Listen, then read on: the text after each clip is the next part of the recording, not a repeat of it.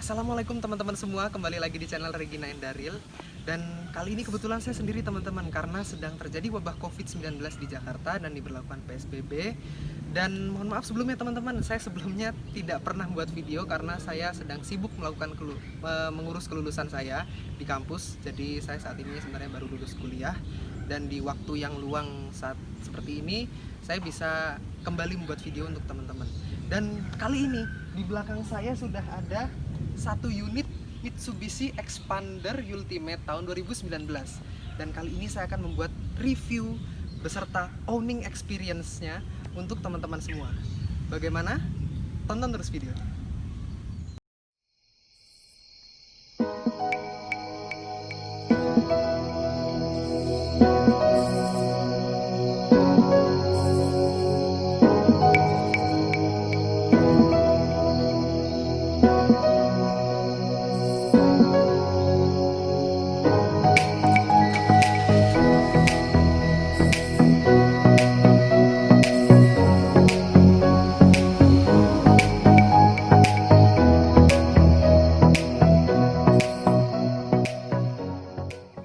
Yang pertama dimulai dari bagian depannya teman-teman ya.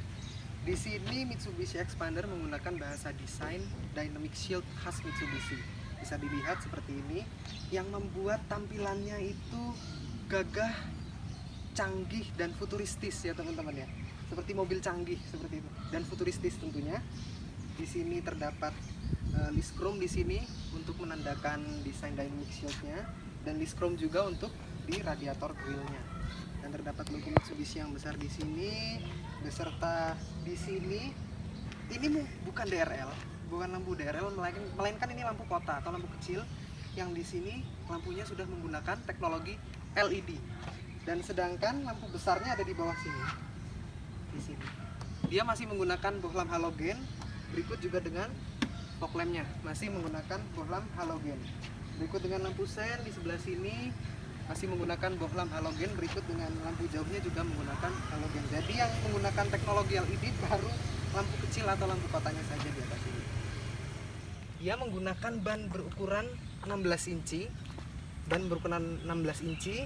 dengan ban Bridgestone Ecopia dengan ukuran lebar 205 dengan aspek rasio 55 R16. Ban pelek ini dilengkapi dengan pelek 5 baut. Oke, lanjut ke bagian belakangnya teman-teman ya. Di sini lampu belakangnya sudah menggunakan LED untuk lampu malamnya. Tapi untuk lampu remnya belum menggunakan LED. Lampu remnya terpisah di sini, dia masih menggunakan halogen. Dan lampu sennya terdapat di sini, dan di sini lampu untuk mundur. Di sini terdapat mata kucing, reflektor mata kucing untuk pengendara di belakang supaya tambahan ya, untuk saat disorot lampu dia akan memantulkan cahaya. Di sini ada logo Xpander, ada logo Mitsubishi, dan berikut dengan di sini ada emblem Ultimate, menandakan bahwa mobil ini adalah tipe Ultimate. Di sini sudah dilengkapi dengan wiper belakang, dan juga yang membuat gagahnya lagi di sini juga banyak terdapat sudut-sudut tegas seperti ini. Di sini ada bahasa desain Dynamic Shield juga seperti di depan, dan juga terdapat di sini high mount stop lamp sekaligus dengan ini bukan spoiler teman-teman. Jadi ini menyatu dengan ini sebenarnya bodi belakang, cuman dia sudah muncul ke belakang seperti halnya spoiler. Oke, saat ini kita mau melihat bagasinya teman-teman ya. Di sini bagasinya sebesar ini teman-teman. Ini bisa. Ini untuk kondisi yang tidak rebah, tegak. Ini untuk kondisi yang rebah. Dia tersisa ruang sebesar ini, yang kira-kira mungkin koper cabin ya. Koper cabin itu bisa masuk 2. Mungkin untuk yang bagian yang paling tegak ini mungkin akan bisa 2 dan ditumpuk. Dan berserta barang-barang kecil. Di sini terdapat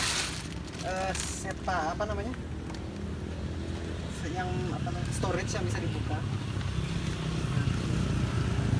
Dan di sini bisa menyimpan barang-barang lagi yang kecil-kecil di dalam sini. Terdapat 3 buah slot di sini. Dan juga di sini ada tuas yang apabila dibuka, nah ini baut untuk menurunkan spare tire atau ban serepnya. Dan di sini ada ruangan lagi yang cukup luas. Di sini, dan di sini, dan di sebelah sini untuk meletakkan barang-barang lagi yang mungkin pernak-pernik kecil ya, bukan tas. Dan di sini ada tempat untuk menyimpan toolkit. Bisa dilihat ya. Menyimpan toolkit disimpan rapi sekali di sini. Good.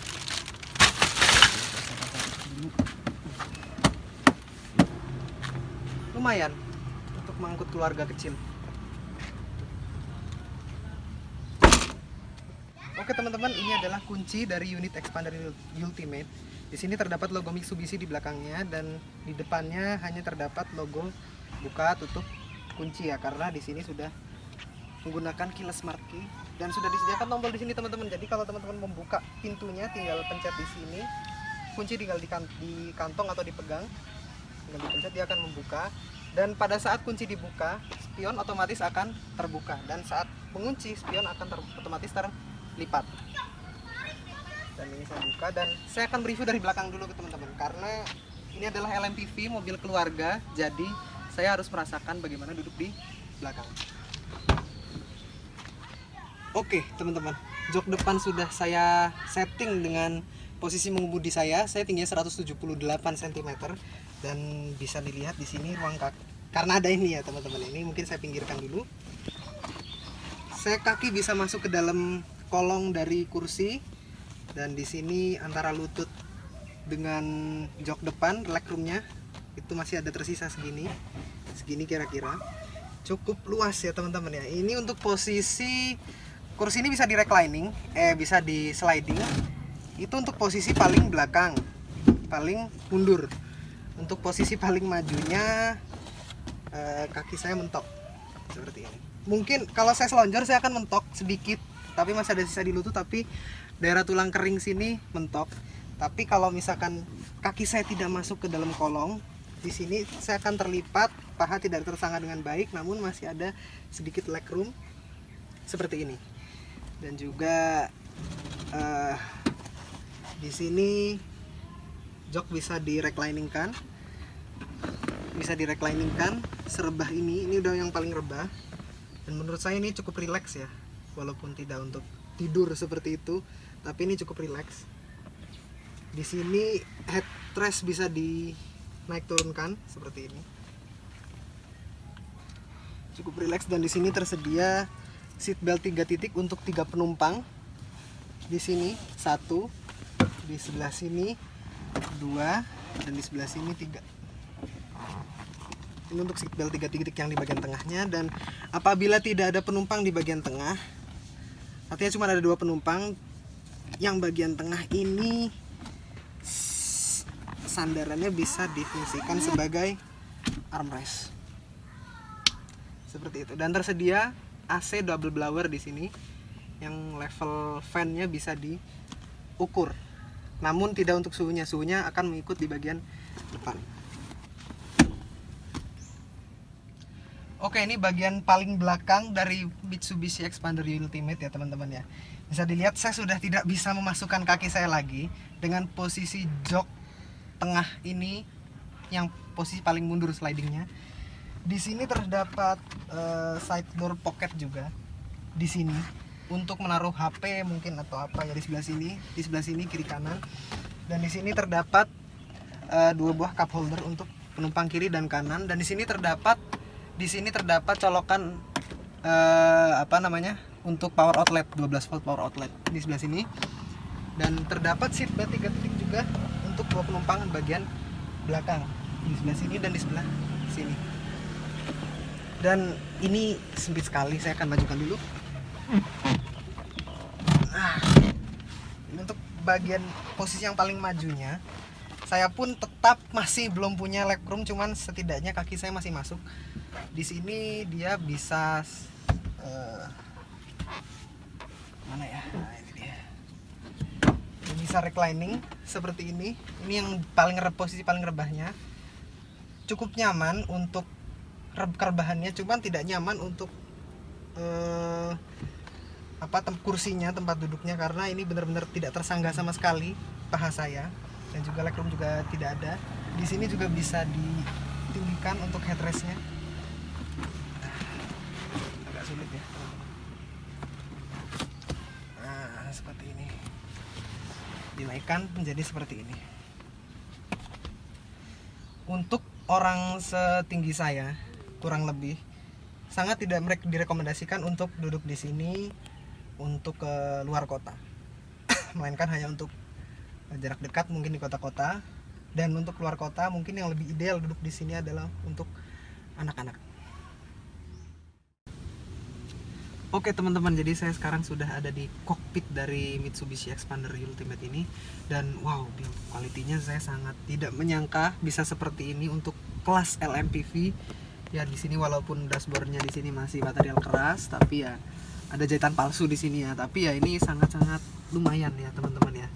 Rigid, sangat rigid kesannya. Saya lihat ini sangat rigid, yang tidak kaleng-kalengan seperti itu ya.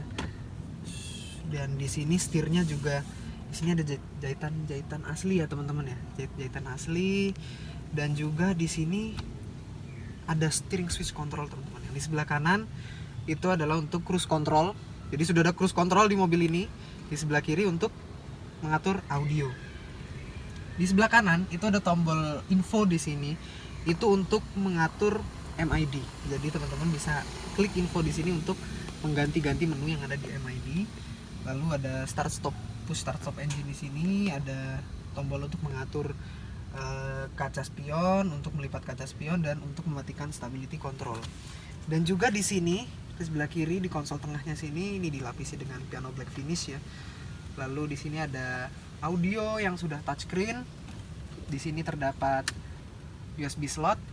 Di sini ada tombol untuk hazard. Di sini ada pengaturan AC. Di sini masih knob, tapi teman-teman di sebelah kiri di sini adalah untuk mengatur arah AC. Jadi arah AC bisa diatur baik dari depan atau dari depan dan bawah, dari bawah maupun untuk defrost kaca depan. Tapi untuk mobil ini belum ada defogger belakang ya teman-teman ya. Dan yang tengah ini adalah knob untuk mengatur level dari fan.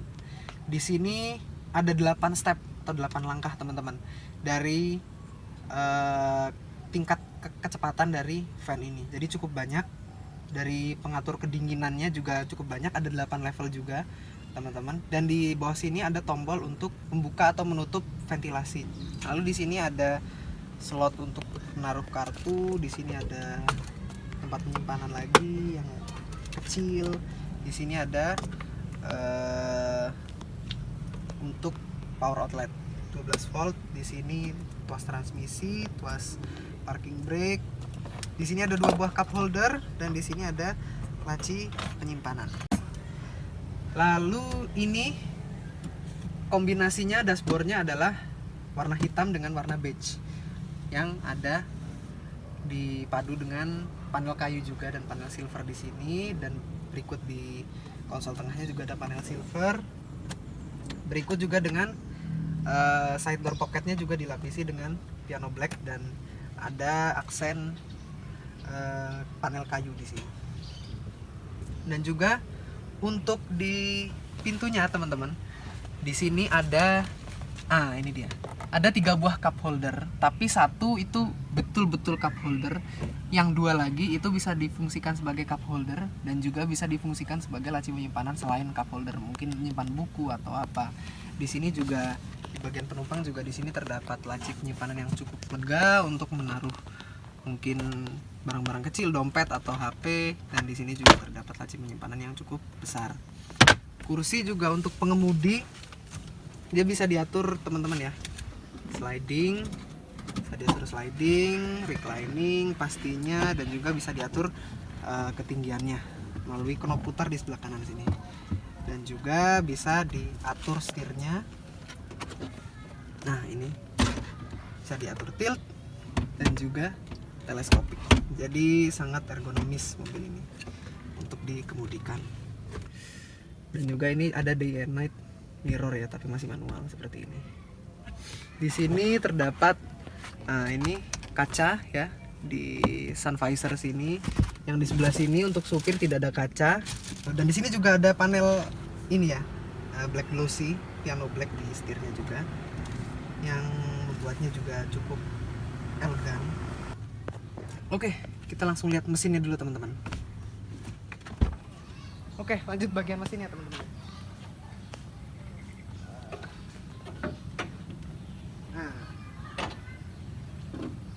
mesinnya 1500 cc, 4 silinder segaris dengan tenaga sebesar 104 PS dan torsi sebesar 141 Nm. Mesin ini menyalurkan tenaganya ke dua roda depan melalui transmisi automatic 4 percepatan konvensional.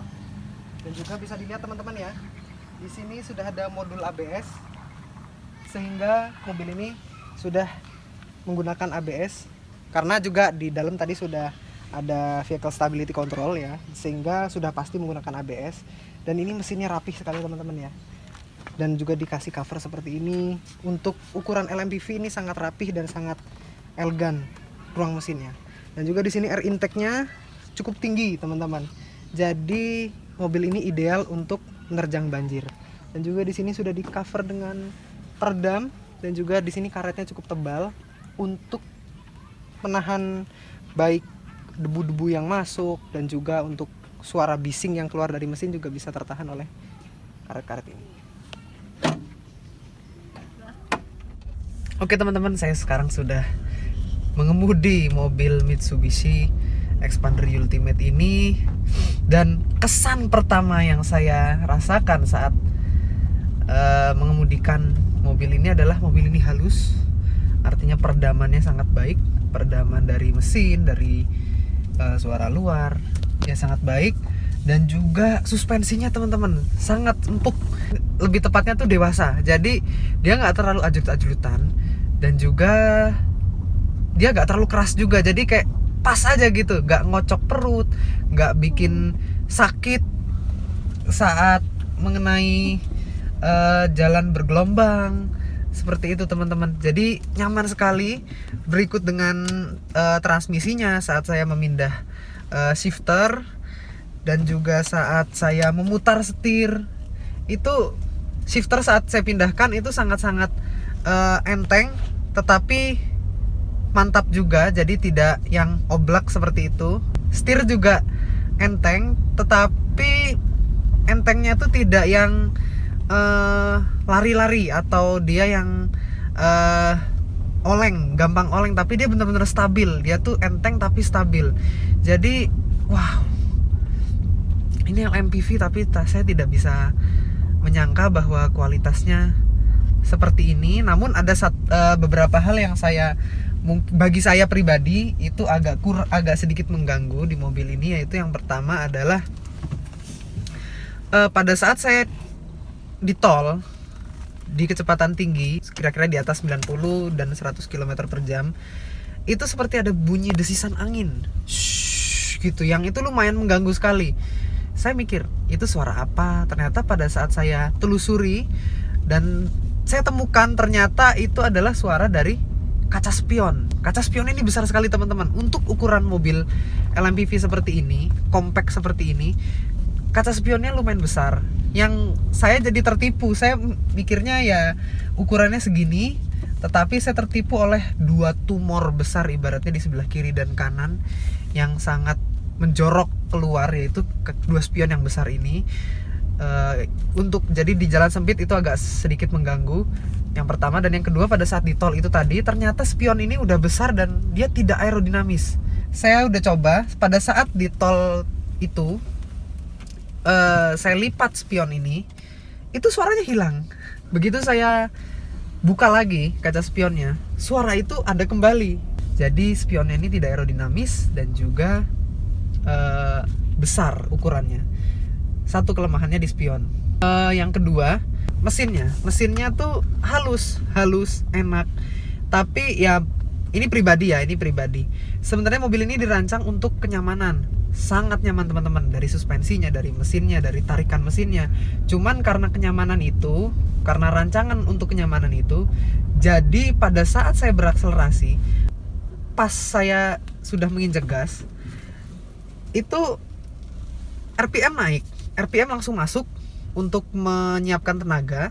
Tetapi pada saat RPM sudah masuk, sudah naik, itu kecepatan seperti ketahan naiknya. Jadi seperti ada lag di situ. Jadi mobil ini pada saat hentakan pertama RPM langsung masuk, langsung naik, dia mungkin mencegah mobil ini agar tidak stalling dan agar tetap stabil putarannya. Tetapi pada saat sudah berakselerasi, dia tetap ditahan agar terbentuk akselerasi yang nyaman. Jadi sehingga tidak langsung loncat jalan melesat seperti itu. Jadi dia benar-benar ditahan supaya penumpang di dalamnya juga nyaman. Tapi saya sebagai yang mengemudi, yang suka untuk mengemudi dengan performa, itu ya tidak recommended karena memang bukan tempatnya, karena mobil ini dirancang untuk kenyamanan seperti itu. Tapi lain halnya dari itu, mobil ini memiliki build quality, memiliki kualitas yang sungguh rigid, sangat rigid sekali ya teman-teman ya. Bisa dilihat dari kualitasnya itu sangat seperti bukan LMPV, seperti menaiki mobil yang di atasnya LMPV. Pada saat mundur seperti ini, saya sangat terbantu oleh kamera parkirnya di belakang yang sangat jelas, dan di situ terlihat juga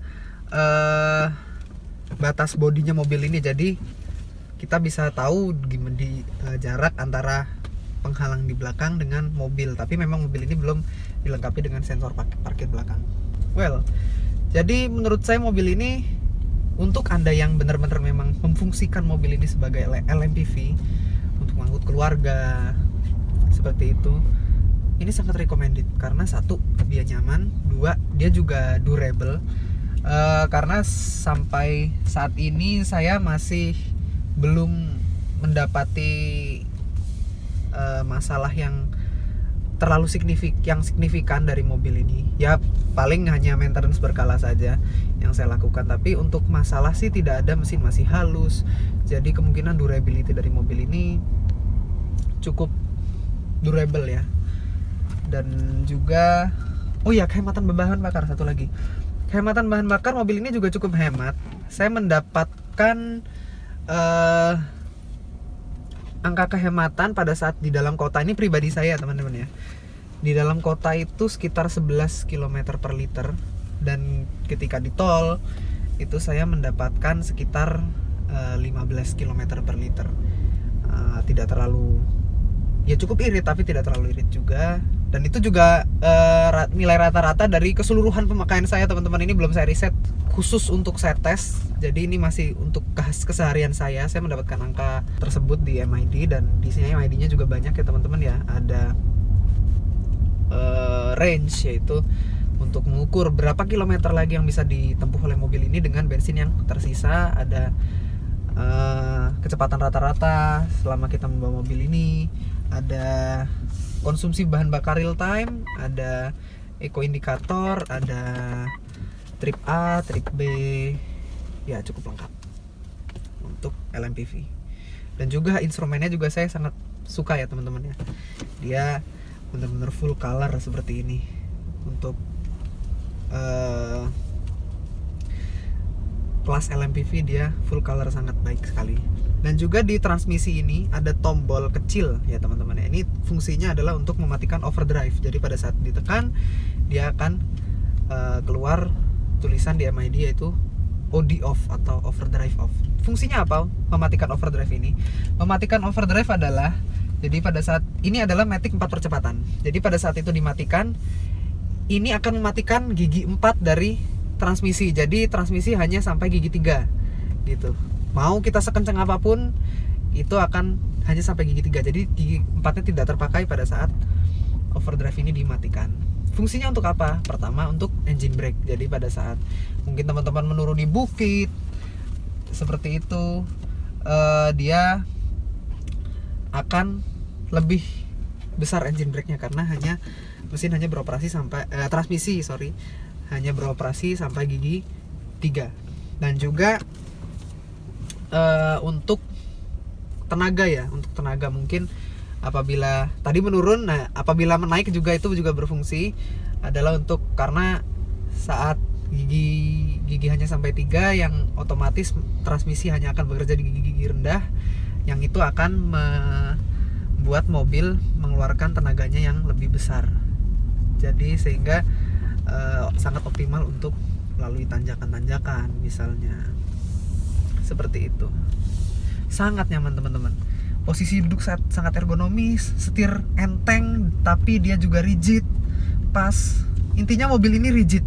Kesannya tuh rigid seperti itu teman-teman. Oke, sekian dulu video dari saya teman-teman. Itu dia review dan owning experience tentang mobil Mitsubishi Expander Ultimate tahun 2019. Dan apabila teman-teman ada yang punya komentar, silahkan teman-teman bisa komentar di bawah. Dan jangan lupa juga teman-teman untuk bisa like dan subscribe di channel Regina Endaril agar bisa terus berkembang dan bisa terus memberikan informasi untuk teman-teman semua. Oke, sekian dulu dari saya. Wassalamualaikum warahmatullahi wabarakatuh. Sampai ketemu di video berikutnya.